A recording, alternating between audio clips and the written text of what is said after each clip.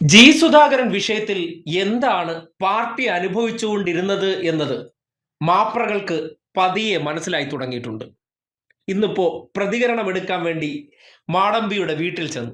മാടമ്പി മഹാനാണ്, ചരിത്ര പുരുഷനാണ്, യുഗപുരുഷനാണെന്ന രീതിയിലൊക്കെ കോൺഗ്രസിന് വേണ്ടി വായ്ത്താരി ഇട്ടുകൊണ്ട് അവർക്ക് വേണ്ടി കളമൊരുക്കാൻ വേണ്ടി അൺസഹിക്കബിൾ ആയിട്ടുള്ള ഒരു വയോധികനെ മഹാനുഭാവനാക്കി കഴിഞ്ഞ കുറെ ദിവസമായി ആഘോഷമായിരുന്നു. ഞങ്ങൾ വിചാരിച്ച കാര്യങ്ങളെല്ലാം നടന്നു എന്ന നിലയ്ക്ക് ഞങ്ങളോട് മാടമ്പി പ്രത്യേക അനുകമ്പയോടുകൂടി പെരുമാറുമെന്നാണ് മാപ്രാ തൊഴിലാളികൾ കരുതിയത്. എന്ത് വേണം? ഇന്നിപ്പോ വീട്ടിൽ പ്രതികരണം എടുക്കാൻ ചെന്നു. മാടമ്പി തനി കുണം കാണിച്ചു. മേലാൽ എൻ്റെ വീട്ടിൽ കയറിപ്പോകരുതെന്ന രീതിയിൽ മാപ്രകളോട് കൽപ്പിക്കുകയാണ്. വരും ദിവസങ്ങളിൽ കോൺഗ്രസുകാർ അനുഭവിക്കാൻ പോകുന്നതിൻ്റെ തീവ്രത എത്രത്തോളമെന്നും ആലപ്പുഴയിലെ കോൺഗ്രസ് പാർട്ടി തന്നെ എങ്ങനെയാണ് കല്ലിലടിച്ച തെങ്ങും പൂക്കളെയാകാൻ പോകുന്നു എന്നതിന്റെ തെളിവാണ് ദേ ഈ പ്രതികരണം. സുധാകരൻ കുറച്ച് രോഷാകുലനാണ്. നമുക്ക് അതെന്താണെന്ന് നോക്കിയിട്ട്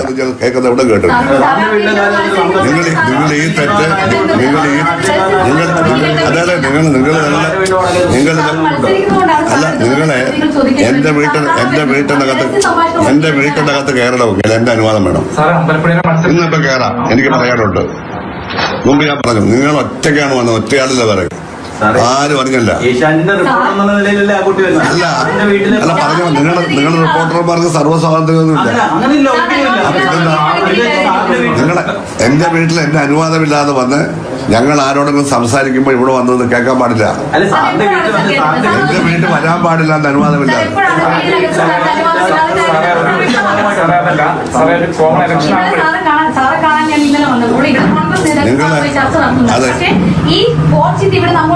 ഇല്ല, നിങ്ങൾ വരാൻ പാടില്ല.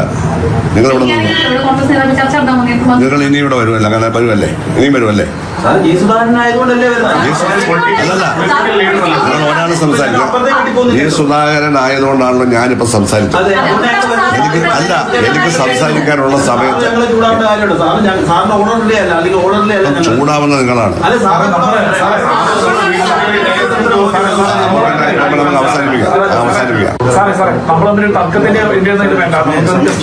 ആദ്യം അവരെ നിങ്ങളെ ജേർണലിസം പഠിപ്പിക്കുക. ആദ്യം പഠിപ്പിക്കുക. സാറൊന്നും പറയണ്ട, നിങ്ങൾ കാണിച്ച തെറ്റാണ്. നിങ്ങൾക്ക് എന്തെങ്കിലും ഉണ്ടെങ്കിൽ നിങ്ങൾക്ക് എന്നെ വിളിക്കാം. ഇവരിങ്ങനെ സംസാരിച്ചേക്കണേ. നിങ്ങൾ എന്നെ വിളിച്ചല്ലോ. എത്ര തോന്നിവാസം ഞാൻ വിളിച്ച ഫോൺ എടുക്കാൻ. നിങ്ങൾ പറയുന്ന മുഴുവൻ പച്ചക്കള്ളമാണ്. ഞാൻ ഫോൺ എടുക്കത്തില്ലല്ലോ. ഞാനും നിങ്ങൾ വിളിച്ചപ്പോ എടുത്തില്ല. ഞാൻ ചിലപ്പോൾ ബാത്റൂമിലാണെങ്കിലോ. നിങ്ങൾ വന്ന തെറ്റാണെന്ന് നിങ്ങൾ ബോധ്യപ്പെട്ടോ. വേറെ എങ്ങും പോയി ആവർത്തിക്കരുത്. ഞാനായതുകൊണ്ട് കുഴപ്പമില്ല. നിങ്ങൾ മാധ്യമങ്ങളുടെ പേരിലൊന്നും പറയണ്ട. എന്തും കാണേണ്ടവർ വന്നോളൂ. ഞാൻ അനുവാദത്തോട് വന്നോളൂ. തർക്കത്തിന് തന്നെ പോകും. പറയട്ടെ, ഇലക്ഷൻ നിങ്ങൾ എന്ത് ചെയ്യാനാ? ഇലക്ഷൻ നിങ്ങൾ എന്ത് ചെയ്യാനാ? നിങ്ങളുള്ള കാര്യം റിപ്പോർട്ട് ചെയ്താൽ മതി. മനസ്സിലായില്ലേ?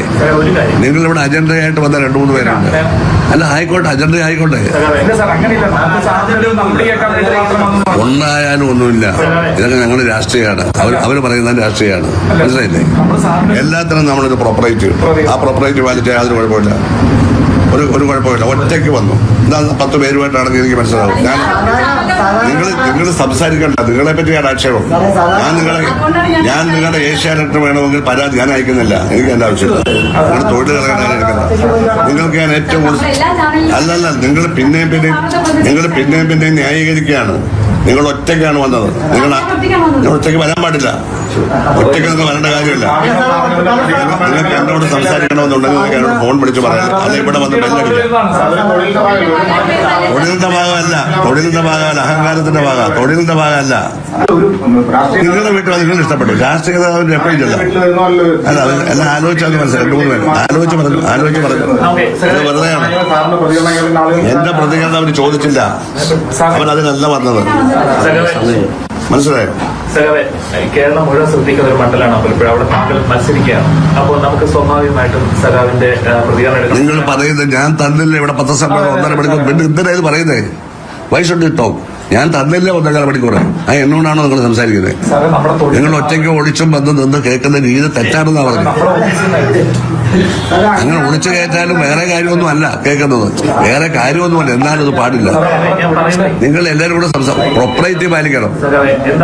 പ്രൊപ്പറേറ്റീവ് അവർ പാലിച്ചെന്നുള്ളതാണ് ഞാൻ പറഞ്ഞത്. വേറൊന്നും ഞാൻ പറഞ്ഞില്ല. കഴിഞ്ഞ ദിവസമൊക്കെ സഖാവ് ഇഫ്താർ പാർട്ടി അമ്പലപ്പുഴ ക്ഷേത്രത്തിലൊക്കെ പോയാൽ ഞാൻ അവിടെ പോയ കാര്യമാണോ പറഞ്ഞത്? എന്റെ വീട്ടിൽ എന്നെ കാണാൻ വന്ന ആളുകൾ ഇരിക്കുമ്പോ അവിടെ കീഴിൽ വന്ന ഒറ്റയാളൊരു വനിതാ മെമ്പർ പ്രതിനിധി വന്നിട്ട് അവിടെ കുറെ നേരം നിൽക്കുകയാണ്. ഞങ്ങൾ കണ്ടില്ല. അതവർക്ക് പറഞ്ഞിട്ട് വരാം, അല്ല ബെല്ലടിക്കാം. ഒന്നും ചെയ്തില്ല. അങ്ങനെ വരാൻ അധികാരം ആർക്കും ഇല്ലെന്നാണ് പറഞ്ഞത്. അങ്ങനെ പറയാൻ ആർക്കും അധികാരമില്ല, കേട്ടല്ലോ. പിന്നെ ഷാജഹാനൊക്കെ ഒന്ന് കലക്കാമെന്ന് ചോദിച്ചു. ചുമ്മാതാ നിങ്ങൾ എന്ത് പറഞ്ഞാലും അത് തന്നെ പറയാൻ പറ്റില്ല. ഇവരെ കൂടിയുണ്ട്. നിങ്ങൾ പറഞ്ഞു. പക്ഷേ എന്റെ പത്രസമ്മേളനം കലക്കാരൻ നിങ്ങൾക്ക് കഴിയും, കേട്ടല്ലോ. ഷാജഹാനെ നിങ്ങൾക്കെല്ലാം നന്നായിട്ട് അറിയാം. നിങ്ങളുടെ വീട്ടിൽ കൊണ്ടുപോയി എനിക്ക് ഭക്ഷണം തന്നിട്ടുള്ളത് സ്നേഹം കൊണ്ടല്ലേ. ആ സ്നേഹം മനസ്സിലാവും. രാഷ്ട്രീയമായിട്ട് വേണ്ട. അത് വ്യക്തിപരമായിട്ട് കൊടുത്തതോ അത്രയും പേര് പറയാം. അവിടെ സഹോദരൻ നിങ്ങളെ കുറച്ച് കൂടുതൽ ഞാൻ പ്രോത്സാഹിപ്പിച്ചു, എനിക്കറിയാം. അതിന്റെ ഞാനിപ്പോ എനിക്ക് ആരെ കൂടുതൽ പ്രോത്സാഹിപ്പിച്ചോ അവർ നമുക്കിട്ട് തന്നിട്ടുണ്ട്, കേട്ടല്ലോ. എപ്പോഴും ഞാൻ ഒരുപാട് നിങ്ങൾക്കൊന്നുമില്ലാത്ത പരിഗണന കൊടുത്തിട്ടുണ്ടോ? കാരണം ഒരു പെൺകുട്ടിയല്ലേ. കഴിഞ്ഞു അത്രേ ഉള്ളൂ. അപ്പൊ നമ്മളൊന്നും പറഞ്ഞില്ല അങ്ങോട്ടും ഇങ്ങോട്ടും, കേട്ടല്ലോ. എനിക്ക് യാതൊരു വിഷമമില്ല. ആവശ്യമില്ലാത്ത കാര്യങ്ങൾ ചോദിക്കുന്നത്. ലൈവായിരുന്നാ ഞാൻ പറയുന്നതെല്ലാം ജനങ്ങൾ കേട്ടോണ്ടിരിക്കും. ജനങ്ങളിലെല്ലാം കേട്ടോണ്ടിരിക്കും. എന്താ പറയാ പറയാനുള്ളത്? പുറക്കാട് സജീവൻ എന്ന് പറയുന്ന ഒരു മത്സ്യത്തൊഴിലാളി കാണാതെ പോയിട്ടുണ്ട്. കോൺഗ്രസിന് വേണ്ടി വേലിയിലിരുന്ന പാമ്പിനെ എടുത്ത് എവിടെ വച്ചു എന്ന് പറഞ്ഞ അവസ്ഥയായി. ഏഷ്യാനെറ്റ് ചാനൽ ഇല്ലാത്തത് കൊണ്ടാണ് മാടമ്പിക്ക് പെട്ടെന്ന് ചുരുക്ക് വന്നത്. കാര്യം ഇതിന്റെ എല്ലാം മധ്യസ്ഥൻ ഏഷ്യാനെറ്റ് ആണല്ലോ ഇപ്പോഴത്തെ ഈ സ്വതന്ത്ര സ്ഥാനാർത്ഥിയാകാനുള്ള എല്ലാ പ്രോത്സാഹനവും പിന്തുണയും കൊടുത്തതും. അതുകൊണ്ട് ബാക്കിയുള്ളവർ ഉള്ള കാര്യം ചോദ്യം ചെയ്തു കഴിഞ്ഞാൽ ഉടനടി ഉള്ളിലെ ആ ഫ്രോഡ് എടുത്ത് പുറത്തു ചാടും. ഇതാണ് കഴിഞ്ഞ കുറെ കാലമായി ആലപ്പുഴയിലെ പാർട്ടിക്കകത്ത് സംഭവിച്ചുകൊണ്ടിരുന്നത്. ഞാനെന്ന മഹാത്മാവിനെ വന്ദിച്ചോളണം, ഞാനെന്ന മഹാത്മാവായ രാജാവിനെ കിരീടം ധരിപ്പിച്ച് സിംഹാസനമിട്ട് എല്ലായിടത്തും ഇരുത്തിക്കൊള്ളണം, ഇല്ലെങ്കിൽ എനിക്ക് കുറെ മാധ്യമങ്ങളുമായിട്ട് ബന്ധമുണ്ട്, അതിലൂടെ ഞാൻ വാർത്ത പുറത്തെത്തിക്കും. ഇതാണ് നടത്തിക്കൊണ്ടിരുന്ന പ്രവർത്തനം. പക്ഷേ വീട്ടിലുള്ളവർക്ക് തന്നെ സഹിക്കാൻ പറ്റാത്തൊരു ഐറ്റത്തെ ഒരു പാർട്ടിക്കകത്ത് ഇരുന്നു കൊണ്ട് ആ പാർട്ടിയുടെ കൊമ്പ് തന്നെ മുറിച്ചുകൊണ്ടിരുന്ന വ്യക്തിയെ എങ്ങനെ പുറത്തു കളയാൻ പറ്റുമെന്ന് അവർ തന്നെ ആലോചിച്ചിരിക്കുന്ന സന്ദർഭത്തിലാണ് സ്വയം വഴിവെട്ടി പുറത്തേക്ക് പോയത്.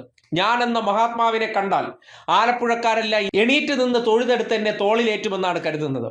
ഇന്നിപ്പോ മാധ്യമങ്ങളിൽ നിന്നുണ്ടായ അതേ അവസ്ഥ വരും ദിവസങ്ങളിൽ നാട്ടുകാരിൽ നിന്നുകൂടി ഉണ്ടാകാൻ പോവുകയാണ്.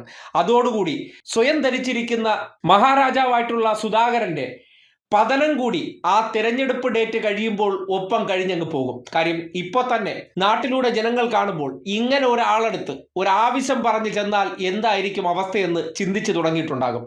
ഇങ്ങനെയുള്ള സ്വഭാവക്കാരെയൊക്കെ ഒരു നയത്തിന് കൊണ്ടുപോയിക്കൊണ്ടിരിക്കുകയായിരുന്നു. അപ്പോഴാണ് സുധാകരൻ ചരിത്ര പുരുഷൻ, മുതിർന്ന കമ്മ്യൂണിസ്റ്റ് നേതാവ്, വിസ്മയം എന്ന രീതിയിലൊക്കെ കൊണ്ടുപോയത്. ആ വിസ്മയത്തിന്റെ എഫക്റ്റ് എന്താണെന്ന് വരും ദിവസങ്ങളിൽ കോൺഗ്രസ് പാർട്ടിക്കകത്ത് തന്നെ രൂപപ്പെടാൻ പോവുകയാണ്. അതോടുകൂടി ആലപ്പുഴയിലെ കോൺഗ്രസ് എന്നേക്കുമായി സുധാകരനെ പോലെ തന്നെ വിസ്മൃതിയിൽ ആണ്ടുപോകും എന്ന കാര്യത്തിൽ ഒരു സംശയവും വേണ്ട.